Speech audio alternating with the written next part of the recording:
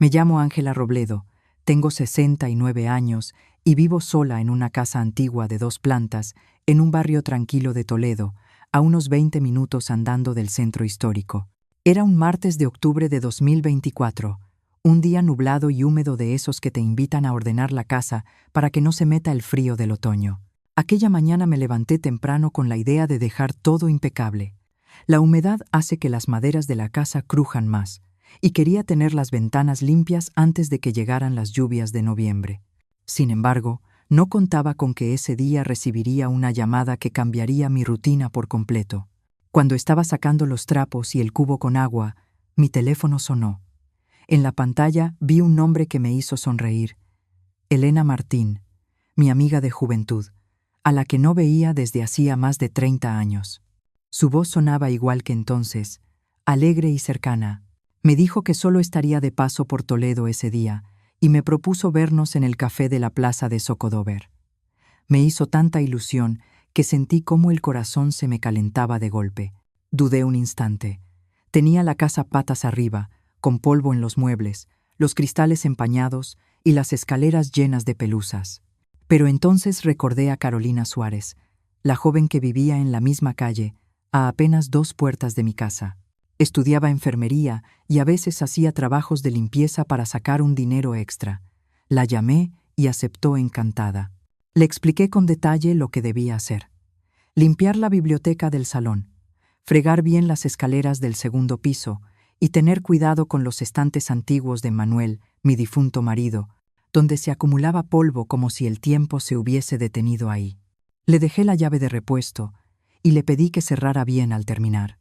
Me puse un abrigo ligero y salí hacia el centro de Toledo. Cuando llegué, Elena ya me esperaba en la terraza del café, bajo un plátano enorme que dejaba caer sus hojas doradas.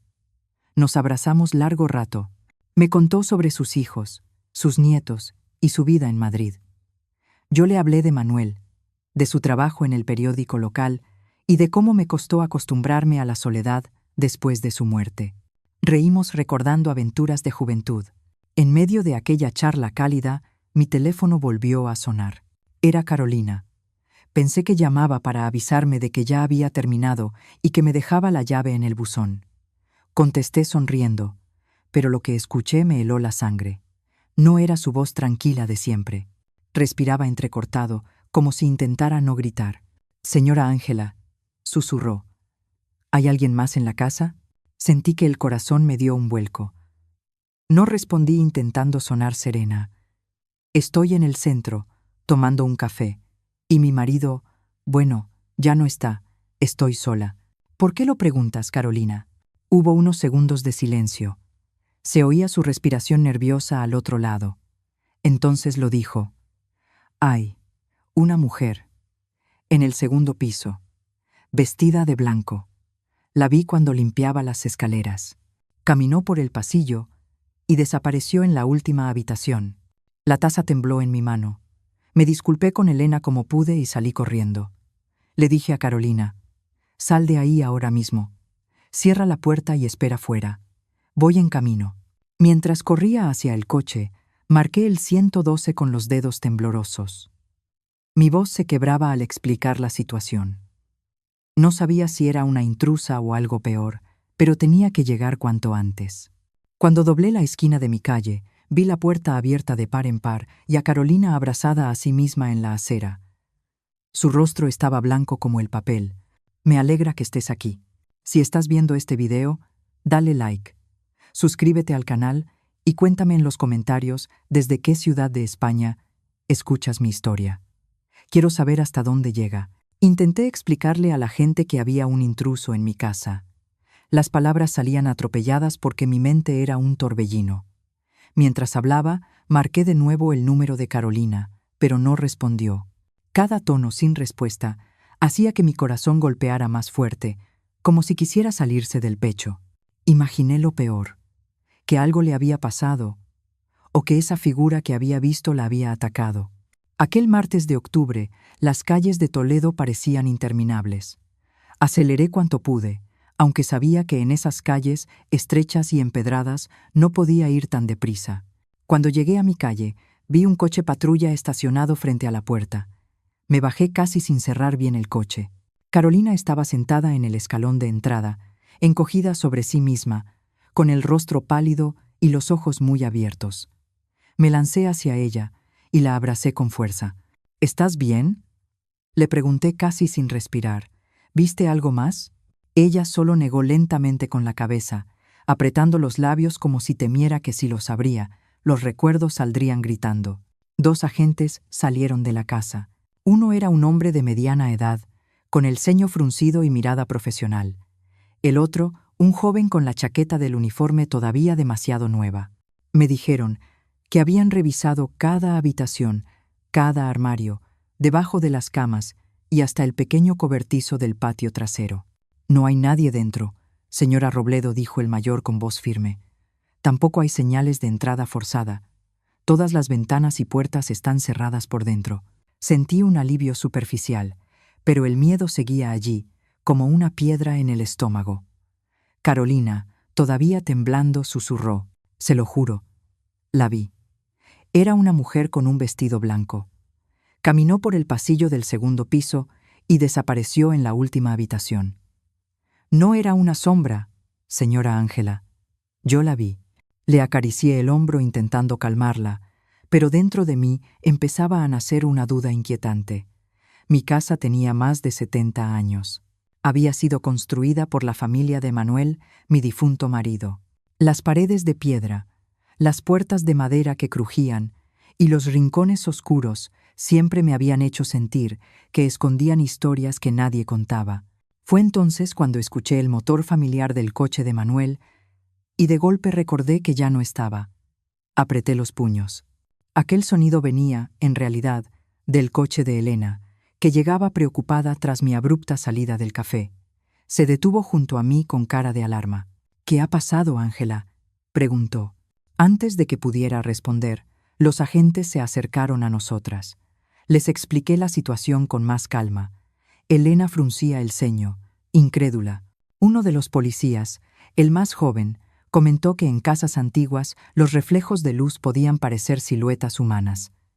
El mayor asintió como si fuera una explicación suficiente. Vi cómo Carolina bajaba la cabeza, sintiéndose quizá avergonzada, pero yo la conocía. Era una chica seria, trabajadora. No tenía motivos para inventar algo así. Aún así, la serenidad con que hablaban los agentes y la mirada de Elena, llena de dudas, empezaron a hacerme vacilar. Quizá, tal vez había sido solo un reflejo. Les pedí disculpas por haberlos hecho venir y los agentes se marcharon. Pagué a Carolina y le dije que descansara, que no se preocupara más. Ella se alejó caminando despacio, sin volver a mirar la casa. Los meses siguientes marcaron un cambio drástico en mi vida. 3 meses después, me jubilé oficialmente. No más madrugones, ni carreras contra el reloj, ni tardes largas en la oficina de la redacción donde trabajé durante más de 30 años. La vieja casa en Toledo se convirtió en mi pequeño mundo silencioso. Al principio pensé que disfrutaría de la tranquilidad, pero pronto las noches comenzaron a pesar. Me acostaba temprano, pero el sueño nunca llegaba. Me quedaba despierta escuchando el tic-tac del reloj del pasillo, el crujido leve de la madera y algo más. Sonidos, al principio muy suaves, casi imperceptibles, como si algo pequeño se deslizara por el suelo. Me convencí de que sería el viento soplando entre las rendijas de las ventanas viejas. Pero poco a poco se hicieron más claros. Escuchaba lo que sonaba como una silla arrastrándose despacio, con un peso extraño. Luego pasos ligeros pero constantes, como si alguien caminara en el desván. A veces incluso el crujido de páginas de un libro pasándose en la oscuridad. Me decía a mí misma que no había nada, que eran ruidos de una casa vieja. Pero cada noche duraban más. Y se acercaban más. Una mañana, mientras desayunaba en la cocina con una taza de café con leche y una tostada, decidí contárselo a Elena Martín. Era una de las pocas personas con las que me sentía lo bastante tranquila como para hablar de algo así sin sentirme ridícula. «Elena, últimamente escucho ruidos en el ático», dije intentando mantener la voz serena, aunque el nudo en mi garganta me delataba. «No es el viento, suena como si alguien caminara ahí arriba». Ella me miró con el ceño fruncido, mientras removía su café. Ángela, seguro que son ratas. Tu ático es antiguo. Es un paraíso para los bichos. Me reí con nerviosismo, pero ella lo decía convencida. Mira, si quieres mañana traigo unas trampas de las grandes, añadió. Las ponemos y te olvidarás del asunto. Y así lo hizo. Al día siguiente apareció con 3 trampas metálicas enormes, de esas que cierran con un clac seco que pone los pelos de punta. Las colocamos al pie de la escalera que llevaba al desván, justo debajo de la vieja puerta de madera. Listo, dijo Elena sacudiéndose las manos. Ahora dormirás tranquila, mujer. Durante los días siguientes, para mi sorpresa, los ruidos desaparecieron. Ya no se oían pasos ni arrastres de sillas, ni ese murmullo sordo que me había quitado el sueño. Empecé a convencerme de que Elena tenía razón. Seguramente eran ratones, y yo me había preocupado por nada, pero la tranquilidad duró poco. Una tarde, al volver del mercado de San Agustín, compré un trozo de chorizo picante. Siempre me ha gustado su sabor fuerte, y como vivía sola, era uno de mis pequeños placeres. Lo envolví con cuidado y lo guardé en la nevera pensando en prepararlo el fin de semana. Al día siguiente, cuando abrí la puerta del frigorífico, me quedé helada. Faltaba un gran trozo. El corte era irregular, tosco, como si alguien lo hubiera arrancado a toda prisa. Me asomé al salón. Elena estaba leyendo en el sofá con sus gafas puestas. Había venido a pasar unos días conmigo. ¿Tú has cogido un poco del chorizo?, pregunté. Levantó la vista con cara de extrañeza. Ah, sí. Ayer me entraron ganas de probar algo picante. Corté un pedacito.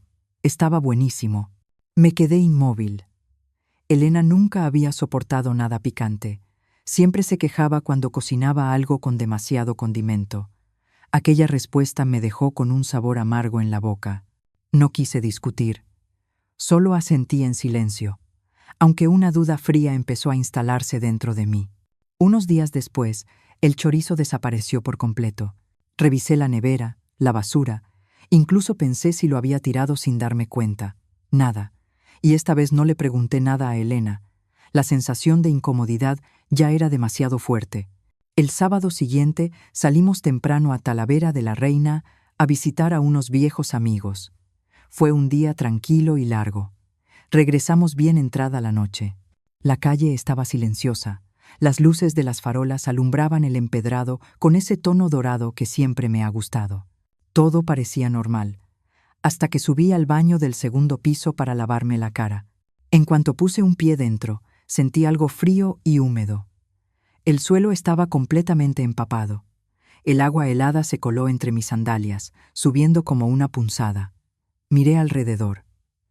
Las baldosas relucían bajo la luz y había gotas resbalando todavía por la bañera, como si alguien acabara de ducharse. El corazón empezó a latirme con fuerza. Yo había cerrado con llave antes de salir. Nadie tenía acceso a la casa. Nadie. Elena, grité desde el baño. Ven, por favor. Subió con paso tranquilo, pero cuando vio el suelo inundado, frunció el ceño. Seguro fue la lluvia de la tarde que entró por la rejilla del techo, dijo con naturalidad. No ha llovido, respondí, señalando la calle que se veía perfectamente seca bajo la farola. Ella se encogió de hombros. Entonces será una fuga de las tuberías viejas. Siempre te preocupas por nada. Mañana llamamos a un fontanero. Pero no llamó a nadie. Y al día siguiente, el suelo estaba perfectamente seco. Revisé la rejilla, las tuberías, el calentador. Todo estaba normal. Ninguna fuga, ninguna explicación lógica. Por primera vez en mucho tiempo, tuve la certeza de que algo no encajaba. Era como si la casa escondiera una respiración silenciosa, algo que se movía cuando nadie miraba. Y aunque todo parecía normal, cada noche que pasaba, esa certeza se hacía más fuerte. Los ruidos en el ático, el chorizo desaparecido, el baño empapado sin explicación, todo parecía una suma de sucesos aislados. Pero en mi cabeza, cada fragmento encajaba en una imagen inquietante. Una semana después, decidí ocupar mi mente y limpiar la biblioteca de Manuel, o más bien, su santuario. Era una pequeña habitación en el segundo piso, con estanterías de roble y un olor a papel viejo que nunca se había ido. Siempre había pensado que algún día donaría parte de esa colección a la Biblioteca Municipal de Toledo, para que otros pudieran disfrutar de esos libros que apenas tocábamos. Aquella tarde de otoño abrí la puerta con decisión. El aire estaba denso, cargado de polvo. Empecé a apartar montones de libros sobre el escritorio, clasificándolos como pude. Había carpetas, borradores, notas apiladas sin orden. Manuel siempre fue un hombre meticuloso en lo digital, pero en lo físico, un desastre. Levanté una pila especialmente pesada y mi pulso tembló. Todos los papeles se derramaron sobre el suelo como si un viento invisible los hubiera empujado. El sonido del papel al caer resonó en la habitación silenciosa y me hizo dar un respingo. Me agaché a recogerlos uno a uno y mientras lo hacía, escuché un clic seco. El pequeño cajón de madera de la mesa que llevaba años atascado se había abierto por sí solo. Me quedé inmóvil unos segundos. Luego, con cuidado, lo deslicé un poco más y miré dentro. Entre papeles amarillentos, encontré una libreta pequeña, de tapa dura de cuero marrón oscuro. Estaba gastada, con las esquinas deshilachadas y un cordel suelto. No era de Manuel. Él detestaba escribir a mano. Lo suyo era el teclado y la pantalla. Todo, incluso la lista de la compra, la hacía en el ordenador. La sostuve entre las manos. Tenía una textura rugosa, casi tibia. Abrí la primera página y me encontré con líneas escritas, con una caligrafía femenina, elegante, antigua. Pasé las hojas lentamente. Había ideas de historias, descripciones de personajes, esquemas de tramas. Un fragmento hablaba de una mujer que vivía sola en un pueblo de montaña, esperando a alguien que jamás regresaría. Otro mencionaba un secreto enterrado, y ese párrafo me erizó la piel. Eran historias inquietantemente parecidas a las novelas que hicieron famoso a Manuel. No era posible que fuera una coincidencia. Él no escribía a mano, ni siquiera tomaba notas así. Recuerdo perfectamente el día en que le pedí que anotara la dirección de un restaurante. Tenía un bolígrafo en la mano, pero prefirió encender el ordenador para escribirla. Entonces, ¿de quién era esa libreta? Una colaboradora, una admiradora, alguien que estuvo antes que yo o mientras yo estaba. Me senté en la silla con la libreta, pesando como plomo entre las manos. Una parte de mí quiso enseñársela a Elena o incluso buscar explicaciones lógicas, pero otra, la más silenciosa, me dijo que lo guardara, que lo observara todo antes de hablar. Ya conocía demasiado bien cómo Manuel en vida lograba convertir cualquier duda en algo razonable, cómo desarmaba con una sonrisa y una explicación perfecta. Volví a colocar la libreta en el cajón y lo empujé hasta el fondo, como si temiera que desapareciera si no la escondía bien. Esa noche no dormí. Me quedé mirando el techo mientras el tic-tac del reloj parecía más fuerte que nunca. A eso de las 2 de la madrugada, un leve crujido me sobresaltó. Era un sonido pequeño, pero en la quietud de la casa se escuchaba nítido, casi como un susurro. Me incorporé de golpe, el corazón martilleando en el pecho, y lo supe sin pensarlo. Venía del pasillo, más exactamente de la puerta del ático. Me levanté despacio, descalza, para no hacer ruido. No encendí la luz. La tenue claridad de la luna entraba por la ventana y se reflejaba en el suelo. Pude distinguirlo claramente, una rendija abierta. La puerta del ático, que siempre permanecía cerrada, estaba entreabierta. Un hilo de aire frío bajaba por la escalera, rozándome las piernas como dedos invisibles. Respiré hondo. No sabía si subir o correr.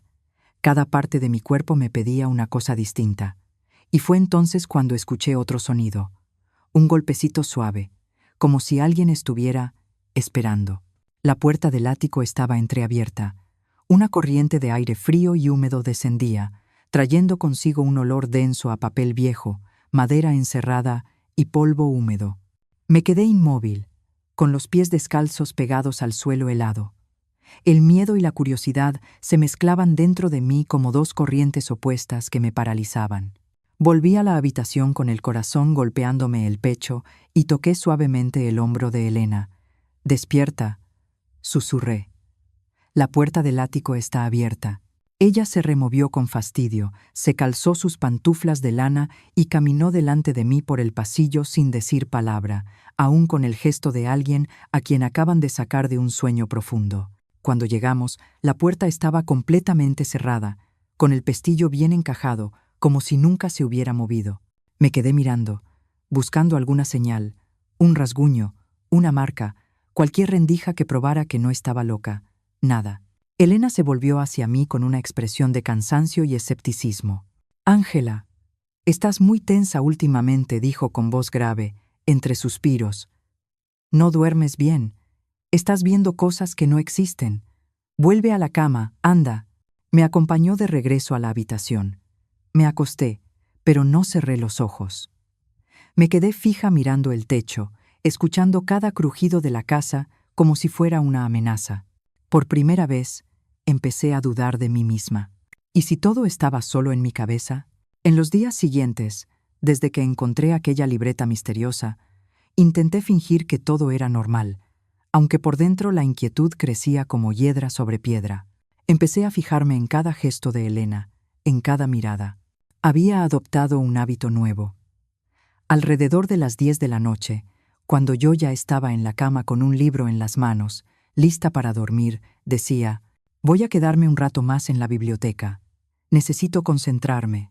El manuscrito está en una parte complicada», añadía con voz suave pero firme. «Duerme tú primero». Siempre asentía sin decir nada. Pero cada vez que escuchaba el clic de la puerta de la biblioteca al cerrarse, sentía cómo entre nosotras se abría una distancia invisible, silenciosa, pero punzante. Una madrugada me desperté con la garganta seca. El reloj marcaba casi la 1. El segundero parecía contar algo en la oscuridad. Extendí la mano para tocar su lado de la cama. Estaba vacío, frío, como si no se hubiese acostado en toda la noche. El corazón me dio un vuelco. Me puse un batín fino y salí al pasillo, pensando que se habría quedado dormida en el escritorio, como otras veces cuando la lectura la absorbía. Caminé por el pasillo en penumbra. La luz tenue de la lámpara del salón proyectaba sombras largas y deformes sobre las paredes. Empujé la puerta de la biblioteca. Estaba vacía. La pantalla del ordenador apagada. La silla perfectamente colocada bajo el escritorio. Ni una taza, ni un libro abierto. Nada. «Elena», llamé en voz baja. Bajé a la cocina, pero tampoco estaba allí. La única luz era la de la luna filtrándose por la ventana, convirtiendo la vajilla de loza en siluetas que parecían observarme. Mi respiración era lo único que rompía el silencio. Caminé por la casa llamándola con la voz cada vez más temblorosa.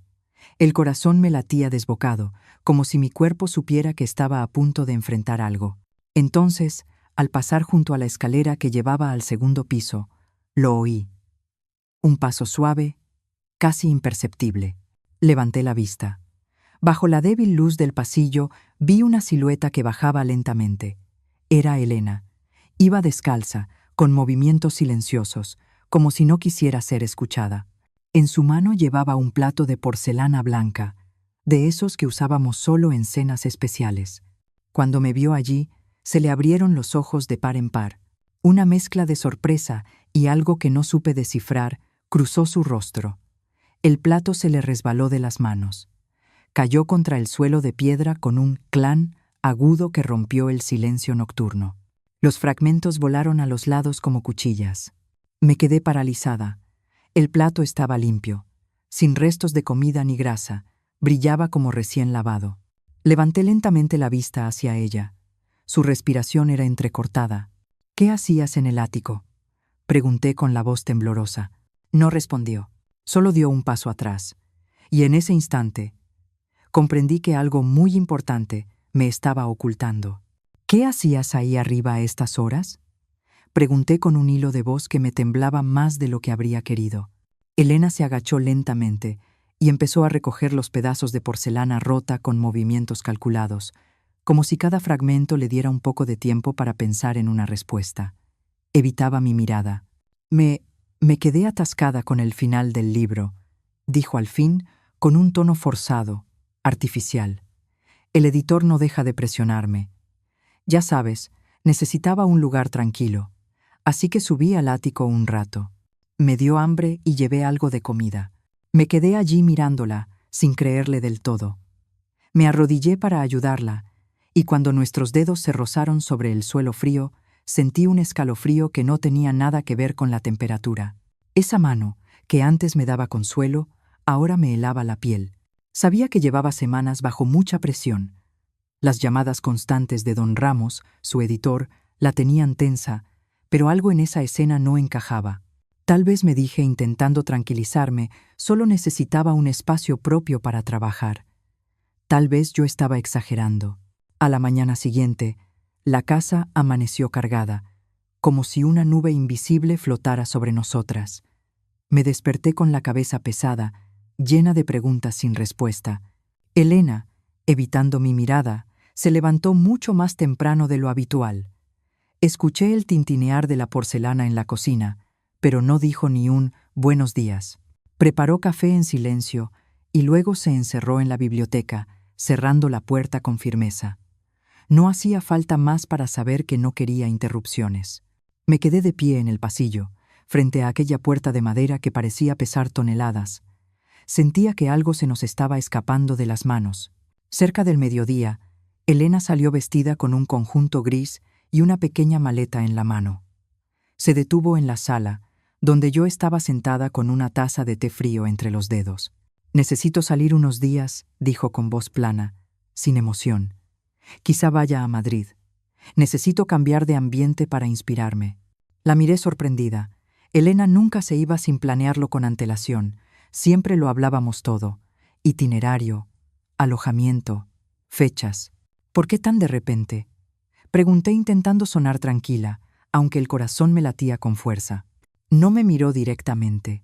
Tenía los ojos fijos en la ventana, donde la luz del sol se filtraba entre el polvo suspendido. «La idea me vino esta mañana», respondió monótona. «Ten cuidado mientras estoy fuera». Justo antes de salir, se volvió y me sujetó los hombros con fuerza. Me sobresalté. Su tono bajó hasta volverse casi un susurro grave. «Mientras no esté, no recibas a nadie. ¿Me oyes? Sobre todo, a nadie de la editorial. Si don Ramos aparece, dile que me fui y que no sabes cuándo volveré». Asentí, aunque dentro de mí crecía una sensación de alarma difícil de ignorar. No era una simple advertencia. Sonaba a orden. Un par de horas después, el timbre sonó. Me acerqué con cautela.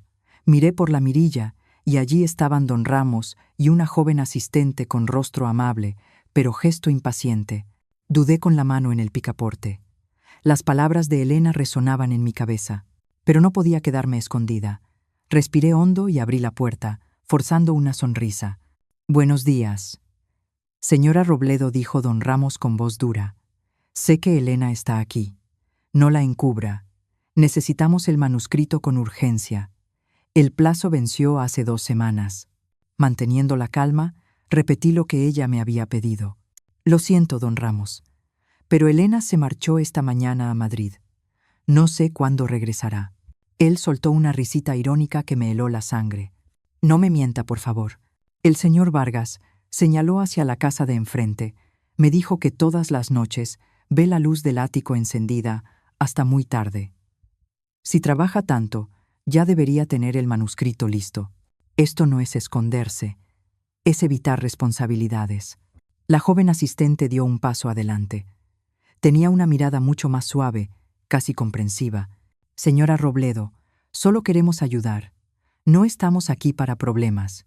Apreté la taza vacía entre mis dedos. El silencio que siguió se sintió más pesado que cualquier discusión. Afuera, las campanas de la Catedral de Toledo comenzaron a sonar, lentas y graves. Dentro, algo en mí empezó a quebrarse, porque por primera vez empecé a preguntarme si realmente conocía a la mujer con la que compartía mi casa. Si Elena está pasando por un bloqueo creativo, debería hablar con nosotros. «Podemos apoyarla», dijo don Ramos con tono calmado. Su voz era suave, pero yo ya no podía concentrarme. Las palabras «la luz del ático» me golpeaban una y otra vez en la cabeza. Nunca me había fijado en eso. Casi nunca subíamos allí. Estaba lleno de cajas viejas, polvo y telarañas. ¿Por qué habría una luz encendida? ¿Y por qué el señor Vargas decía verla cada noche? Sentí que el corazón se me detenía por un instante. Me limité a acompañarlos a la puerta, prometiendo avisar a Elena en cuanto tuviera noticias suyas. Pero al cerrar, me apoyé contra la madera con las manos temblorosas. Todo empezó a encajar. Los ruidos, el chorizo desaparecido, el baño empapado, la libreta misteriosa, el plato vacío y ahora la luz del ático. Ya no era miedo lo que sentía, era determinación, fría, silenciosa, como si una llama invisible me empujara a descubrir la verdad. Fui al cobertizo del patio trasero. La luz anaranjada de una farola cercana se filtraba por la rendija de la puerta. El olor a aceite rancio y a madera húmeda me picaba la garganta. Busqué la vieja escalera plegable que no había usado en años. Estaba cubierta de polvo y telarañas, pesada como si arrastrara conmigo el pasado. Arrastré la escalera hasta el pasillo del segundo piso. Cada paso resonaba en la madera de la casa. Cuando la coloqué bajo la escotilla del ático, el corazón me latía fuerte, no por miedo, sino por la certeza de que algo iba a cambiar. El pestillo metálico estaba oxidado. Tuve que empujar con fuerza, apretar los dientes y girar la muñeca hasta que se dio con un clic seco, casi como una advertencia final. Al levantar la tapa, una corriente de aire húmedo y denso bajó por la escalera. Traía consigo olor a papel viejo, madera cerrada y encierro. Tragué saliva, encendí la linterna del móvil. La luz blanca cortó la oscuridad como un cuchillo. Subí lentamente. Cada peldaño crujía bajo mi peso. El ático era más grande de lo que recordaba, un espacio oscuro, lleno de cajas apiladas, muebles cubiertos con sábanas amarillentas y telarañas colgando como cortinas fantasmales. La única luz natural venía de una pequeña ventana sucia, que dejaba pasar rayos débiles que apenas rozaban el suelo de madera. Pasé la linterna por todo el espacio. El corazón me retumbaba en los oídos. En el rincón más alejado vi algo que no pertenecía a ese caos. Un espacio perfectamente ordenado. Una mesa de madera, una silla con una pata rota, apuntalada con un libro viejo y, sobre la mesa, una lámpara de aceite encendida débilmente. Y entonces la vi. Una mujer sentada de espaldas, delgada, con el cabello blanco y largo cayéndole por los hombros como una cascada enmarañada. Llevaba un vestido blanco amarillento, con los bordes deshilachados, como si el tiempo lo hubiera devorado. El sonido del lápiz, raspando el papel, era lo único que rompía el silencio. Me quedé paralizada, con la garganta seca. ¿Quién está ahí?, logré balbucear. El lápiz se detuvo de golpe. La mujer giró la cabeza con un movimiento seco. La luz tenue de la lámpara reveló un rostro pálido, demacrado, con unos ojos hundidos pero intensamente familiares. Sentí como las piernas me flaqueaban. Apoyada contra un viejo baúl, casi sin aire, apenas pude susurrar: «Malena». Era Malena, mi hermana. La hermana que toda la familia creía desaparecida desde hacía 30 años. Su rostro, que solo veía en fotos antiguas y en sueños borrosos, estaba frente a mí, vivo, real, pero cambiado. A su alrededor había un pequeño mundo oculto. Pilas de cuadernos escritos a mano, hojas desparramadas, una taza de porcelana idéntica a las de la cocina de abajo y restos secos de pan y embutido. Un rincón de existencia secreta dentro de mi propia casa. Malena me miraba con una mezcla de desconfianza y alivio. No sé si pasaron segundos o minutos. Mi mente intentaba entender cómo era posible, cómo había podido vivir aquí, sobre mi cabeza, sin que yo lo notara. La linterna temblaba en mi mano. «¿Por qué?», susurré. Ella bajó la mirada, no respondió. El silencio era espeso, casi insoportable. Comprendí, en ese instante, que todos los ruidos, la comida, la libreta, la luz nocturna, no era producto de mi imaginación, sino la sombra de alguien que había vuelto de un pasado que creí enterrado para siempre. Había varias latas vacías, botellas de agua rodando por el suelo, una manta sucia extendida sobre un colchón raído y un cubo viejo en una esquina. Era todo lo que componía ese pequeño refugio improvisado, la prueba viva y cruda de una vida en cautiverio y de un secreto escondido durante demasiado tiempo. Malena me miró con los labios secos, temblando. Intentó hablar, pero su voz salió áspera, como si llevara años olvidando cómo usarla. «Hermana, Ángela, yo», susurró, pero no pudo continuar. Me miró con los ojos llenos de lágrimas, como si me suplicara un perdón que yo aún no comprendía. Sentí como mis propias lágrimas empezaban a desbordarse, calientes, cayendo por mis mejillas. Caminé hacia ella como si estuviera en un sueño, con las piernas temblorosas y la cabeza girando. Mi hermana, mi Malena, aquella por quien había llorado hasta quedarme vacía, aquella que dimos por muerta, por perdida, por desaparecida, estaba viva, y había estado aquí, en mi ático, como un fantasma que respiraba sobre mi vida sin que yo lo supiera. Le tomé el brazo. Estaba tan delgado que podía sentir cada hueso bajo la piel. «Baja conmigo al salón», le dije entre sollozos. «Baja ahora, Malena». La ayudé a ponerse en pie. Dentro de mí se desató una tormenta, alegría, rabia, dolor y un miedo que no sabía nombrar. Cada paso que daba bajando las escaleras era torpe, inseguro. Sus piernas parecían no recordar lo que era caminar en libertad. Cuando la luz del salón iluminó su rostro, las facciones hundidas, los ojos entrecerrados por no estar acostumbrada a la claridad, comprendí cuánto había sufrido. Malena, mi hermana, que alguna vez brilló como el sol de los veranos de nuestra infancia en Cuenca, ahora era apenas una sombra frágil. La senté en el sillón más blando, bajo la luz cálida de la lámpara. Corrí a la cocina, llené un vaso de agua fría y regresé con las manos temblorosas. Malena intentó sujetarlo, pero le temblaban tanto las manos que el agua se derramó. Me arrodillé frente a ella, sujeté el vaso y la ayudé a beber sorbo a sorbo. No lloré más. Necesitaba ser fuerte por las dos. Después de unos tragos, Malena rompió a llorar.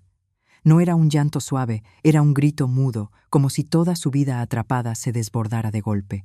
Se derrumbó sobre mi hombro y yo la abracé con fuerza, sintiendo su espalda huesuda bajo la tela del vestido sucio. No le hice preguntas, solo la sostuve mientras lloraba. Cuando por fin se calmó, habló en voz baja, casi un susurro. «Hermana Ángela», murmuró sin atreverse a mirarme. «Nunca pensé que volvería a verte, y menos así». Le tomé la mano con suavidad, intentando transmitirle calor, humanidad, refugio. «Cuéntame». Malena, le dije con voz temblorosa pero firme. «¿Qué pasó? ¿Por qué estás aquí?» Y entonces empezó a contar. Cada palabra era como un golpe seco en el pecho. Me habló de aquella noche maldita de hace 30 años, cuando su vida se vino abajo. Trabajaba en una redacción pequeña. Su jefe, Ricardo, la había citado en su piso para hablar de trabajo.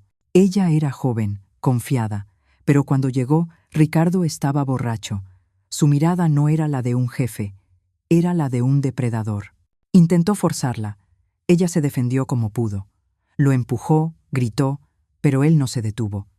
Presa del pánico, tomó una pequeña escultura de mármol de la mesa y le golpeó la cabeza. «Yo solo quería que se detuviera», dijo con la voz ahogada. «No quería hacerle daño, pero el golpe fue demasiado fuerte». Ricardo cayó al suelo, golpeándose contra la mesa de café, y quedó inmóvil, sin vida.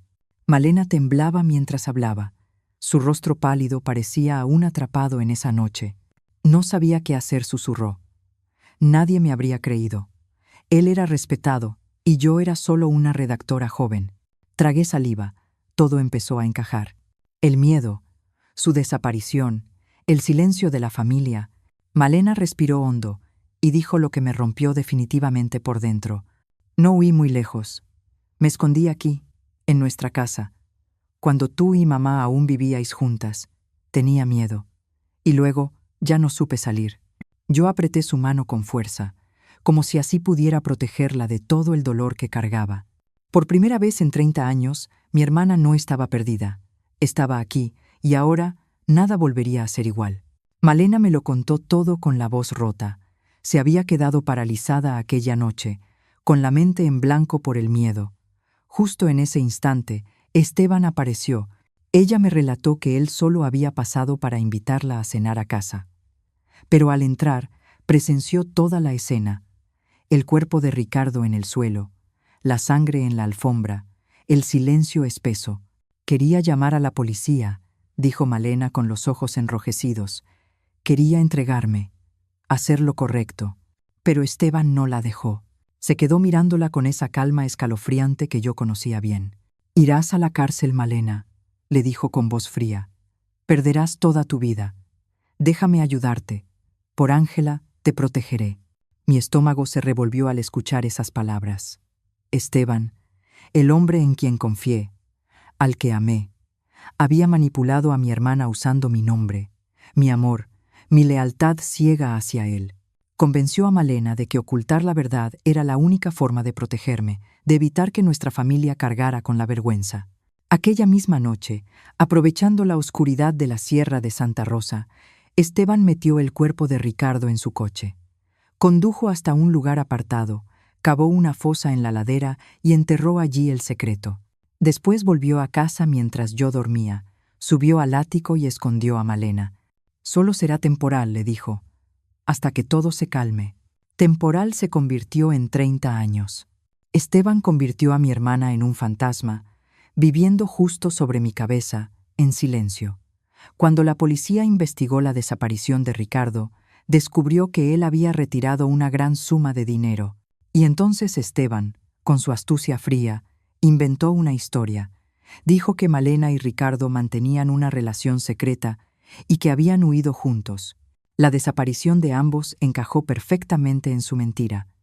Todos, incluso yo, lo creímos.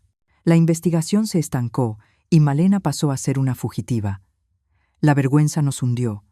Nuestra madre envejeció de golpe y Esteban construyó una vida entera sobre ese silencio. Mientras Malena hablaba, las lágrimas me corrían calientes por las mejillas. No era tristeza, era rabia, dolor, traición. Recordé los días en que lloré su desaparición, cuando dormía abrazada a su foto.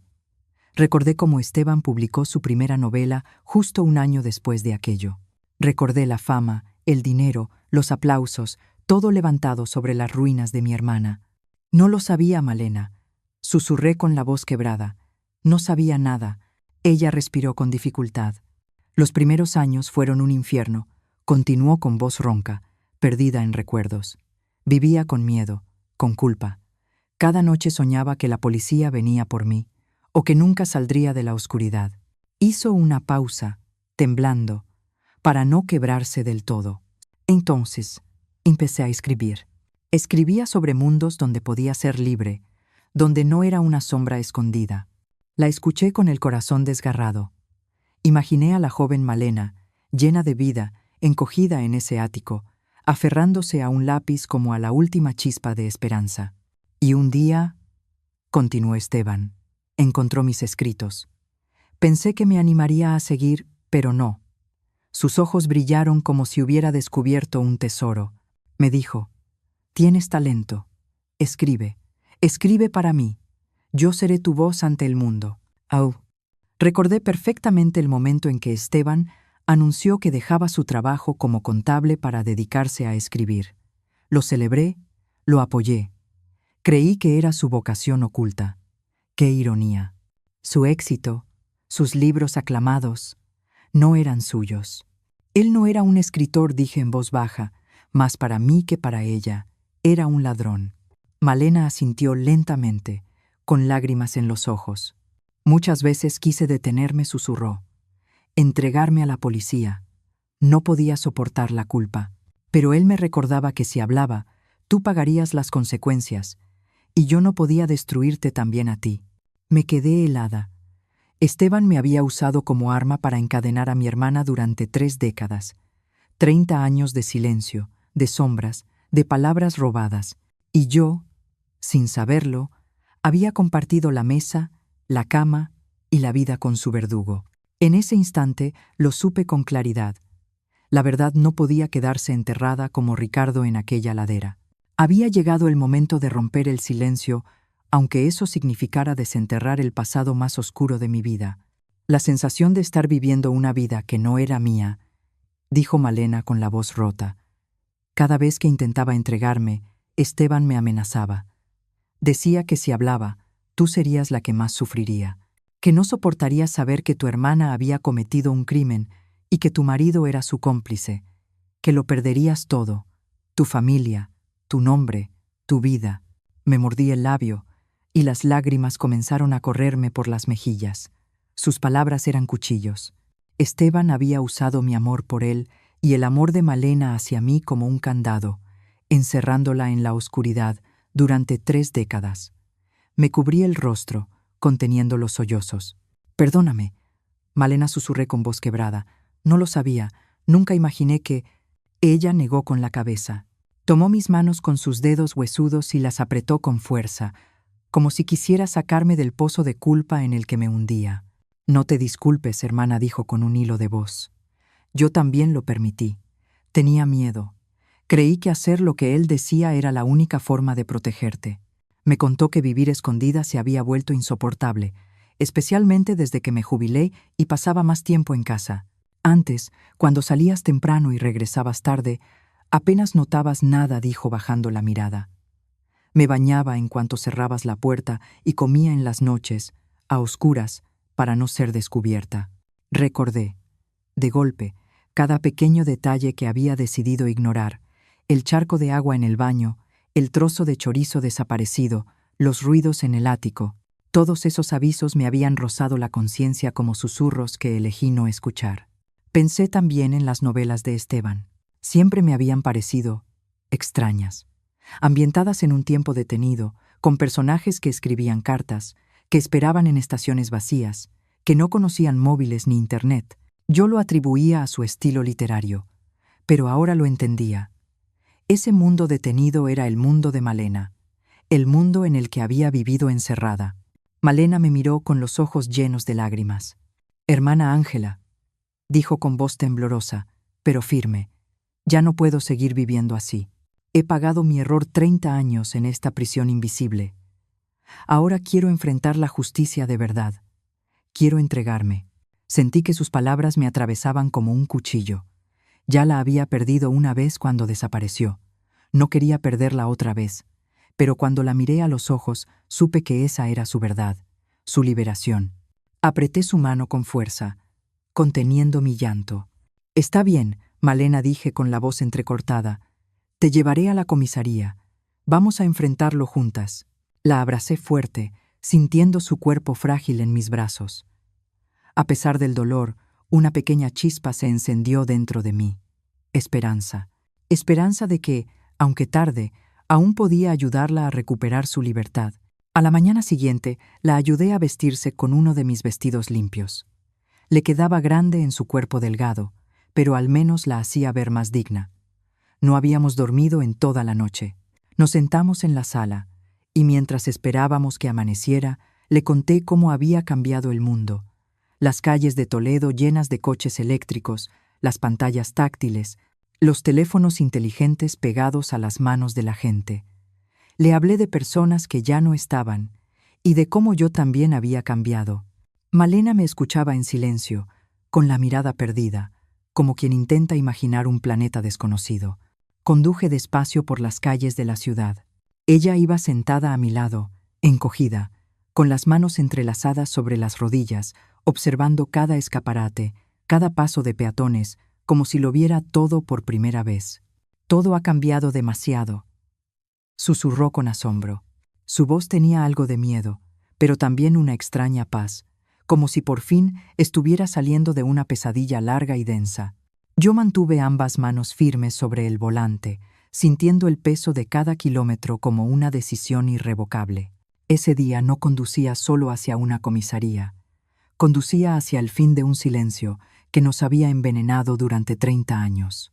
Ver los coches eléctricos pasar, a los niños tomando fotos con sus móviles, a la gente caminando sin mirar alrededor, todo parecía un mundo nuevo para Malena. Le tomé la mano con suavidad, apretándola, intentando transmitirle fuerza. «Estoy aquí», Malena, le susurré con la voz temblorosa. «Vamos a superar esto juntas». En la comisaría pedí hablar directamente con el jefe de detectives. Al principio nos dijeron que debíamos solicitar una cita, pero cuando pronuncié el nombre completo de mi hermana, Malena Robledo, y mencioné su desaparición 30 años atrás, todo cambió. El murmullo en la recepción se hizo silencio.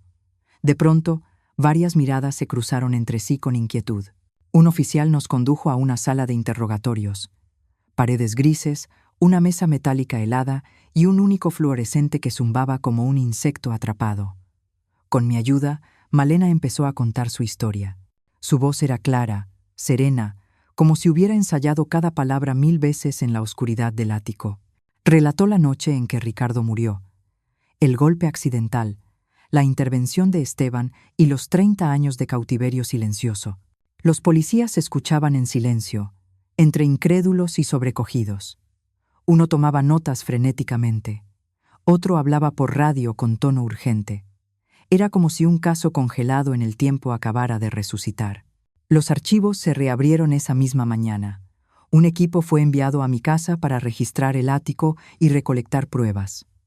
Los manuscritos, la manta raída, las botellas, los restos de su existencia escondida.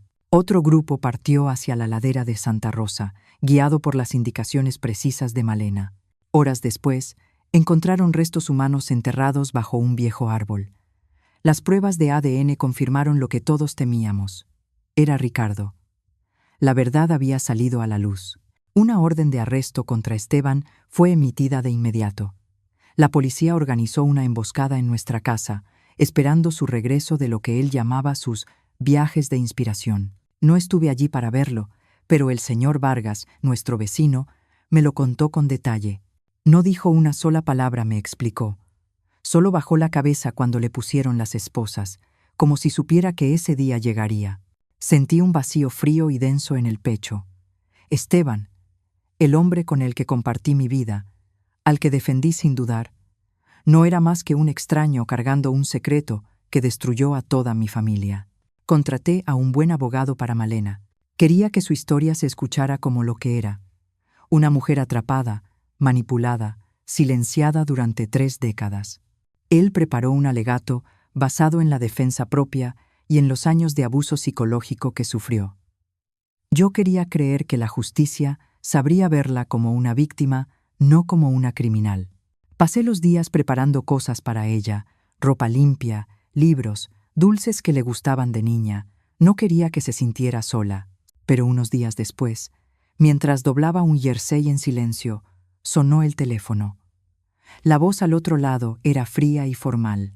Señora Robledo, lamentamos informarle que su hermana Malena se quitó la vida anoche en el centro de detención. El teléfono se me resbaló de las manos y cayó al suelo con un golpe seco. El mundo, que apenas empezaba a recomponerse, volvió a romperse en pedazos. Malena, mi hermana, la que acababa de recuperar después de 30 años, había elegido irse para siempre. Me dijeron que dejó una carta. La recibí esa misma tarde. La sujeté con las manos temblorosas, reconociendo su caligrafía, la misma que había visto en los cuadernos escondidos del ático. Pero esta vez era torpe, vacilante, como escrita con las últimas fuerzas. Abrí el sobre y las lágrimas comenzaron a caer antes de leer la primera línea. Querida hermana Ángela, cuando leas esto, ya seré verdaderamente libre. Durante 30 años escribí para sobrevivir, para no desaparecer. Pero nunca pude escribir con mi nombre. Viví como un fantasma. Esta será mi primera y última historia firmada por mí. Hundí el rostro entre las manos. Lloré como no lo había hecho desde su desaparición. No solo por haberla perdido, sino por haber comprendido demasiado tarde la dimensión de su dolor. Ella había cargado con una historia que no era suya, escrita en silencio bajo mi techo, y cuando por fin habló, el mundo ya no tenía espacio para perdonarla. Es momento de que ese fantasma se disuelva. No me arrepiento de haber dicho la verdad. Fue lo único correcto que hice. No estés triste. Piensa que he terminado la historia de mi vida. El manuscrito final sigue en el ático, dentro de una caja de madera bajo la mesa. Es la única obra que escribí sobre mí misma. Si puedes, deja que lleve el nombre de Lucía del Rosario. Doblé la carta. La abracé contra mi pecho y la empapé con lágrimas. Lucía del Rosario. Ese era el nombre que Malena soñaba usar si algún día se convertía en escritora. El nombre que le fue arrebatado por el silencio y el miedo. Sabía que debía cumplir su último deseo, sacar su voz a la luz, mostrarle al mundo que Malena no era un fantasma, era una mujer, una escritora y un alma libre. El juicio contra Esteban se celebró unos meses después, convirtiéndose en un escándalo nacional que sacudió a toda España. Los titulares lo llamaron El caso del escritor y el fantasma del ático. Los periódicos llenaron sus portadas con fotografías de la casa, del ático y de la montaña donde apareció el cuerpo de Ricardo. La historia de Malena, una mujer joven encerrada durante 3 décadas y utilizada para forjar la fama de un hombre, conmovió y horrorizó a todo el país. Ante las pruebas irrefutables, los restos de Ricardo encontrados en la Sierra de Santa Rosa, los manuscritos de Malena, su testimonio previo, Esteban bajó la cabeza y confesó. Fue acusado de apropiación indebida de derechos de autor, privación ilegal de libertad, encubrimiento de un crimen y obstrucción a la justicia. Su condena fue larga, pero para mí, Esteban ya había muerto el día en que la verdad salió a la luz. No asistí al juicio. No podía mirarlo a los ojos. Aquellos ojos que alguna vez me hablaron de amor y que ahora solo escondían un pasado podrido. En lugar de eso, regresé a la casa. Ya no era un hogar, sino un contenedor de recuerdos pesados. Una tarde, cuando el sol se apagaba sobre las calles empedradas de Toledo, subí al ático. Esta vez sin miedo. Cada peldaño me pareció más liviano. La linterna iluminó el rincón donde Malena había pasado su vida. Debajo de la mesa encontré la pequeña caja de madera que ella mencionaba en su carta. La abrí con cuidado. Dentro, hojas amarillentas escritas con su caligrafía suave y redonda. Llevé la caja al salón y bajo la luz del escritorio comencé a leer. Era su historia. Una autobiografía que empezaba con nuestra infancia en los campos abiertos, los sueños de juventud, las risas compartidas. Y después, la noche que lo cambió todo. Contaba su encierro, su miedo, pero también la fuerza que la mantuvo viva cuando el mundo se olvidó de ella. Cada página era un golpe en el pecho, pero también un canto de resistencia. Pasé semanas enteras, editando y ordenando su manuscrito, como si acariciara su voz con las manos. Muchas noches me sorprendió el amanecer con lágrimas corriendo por mis mejillas, especialmente cuando leía las partes donde imaginaba la luz del sol sin barrotes. Su libro no era solo una historia, era justicia, era su identidad, su libertad. Contacté a la editorial con la que Esteban había publicado sus obras. Dudaron al principio, temiendo el escándalo. Pero cuando envié las páginas de Malena, su respuesta fue inmediata. «Esto es una obra maestra», me dijo el editor por teléfono con voz conmovida. «El mundo tiene que conocerla». Y así, por primera vez, la historia no llevaría el nombre de Esteban, sino el de Lucía del Rosario, mi hermana, una escritora que había vivido en silencio y que finalmente hablaría con su propia voz. «La publicaremos», me dijo el editor con voz emocionada. «Y lo haremos con todo el respeto que Malena merece». El libro se publicó bajo su verdadero nombre, Malena del Rosario. En la primera página, en lugar de un prólogo, escribí una sola frase: «Nadie debería ser encarcelado en la oscuridad, especialmente si ama la libertad». Era mi mensaje para ella, para mi hermana, a quien amé más que a nada en este mundo. La obra se convirtió en un fenómeno. Los lectores de toda España, y pronto también de otros países, quedaron profundamente conmovidos por su historia de vida. Admiraban su talento literario, la honestidad y la belleza con la que cada línea estaba escrita. Las antiguas obras publicadas bajo el nombre de Esteban fueron reeditadas con su nombre real, no como una revancha, sino como un acto de justicia póstuma. Malena, aunque ya no estaba, se convirtió por fin en la escritora que siempre soñó ser. Leía las reseñas, los mensajes de los lectores, y sentía el corazón apretado, pero cálido. «Lo lograste», Malena pensaba cada vez que sostenía uno de sus libros. «Recuperaste tu voz. A veces aún subo al ático. Ya no es un lugar de sombras ni de encierro. Lo transformé en una pequeña biblioteca luminosa. Limpié cada rincón, abrí las ventanas para que la luz entrara, coloqué estanterías y ahí reposan sus obras. Cuando el sol de la tarde se filtra por la ventana, ilumina sus libros como si ella estuviera presente. Me quedo ahí, en silencio, mirando la calle llena de vida desde aquella ventana que un día fue su único contacto con el mundo exterior. Su voz ha sido recuperada. La justicia, aunque tardía, se ha hecho. Y sé que ella está aquí, en la luz, en las páginas, en mi corazón. Cuando todo terminó, comprendí algo profundo. No hay muro lo bastante grueso para encerrar la verdad por siempre.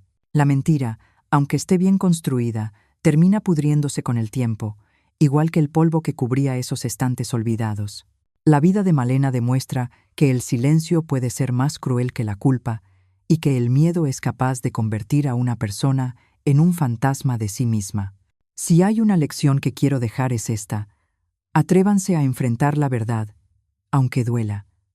Hablen aunque su voz tiemble, porque solo cuando salimos de la oscuridad somos realmente libres, y solo cuando la verdad se dice, las almas encarceladas pueden descansar.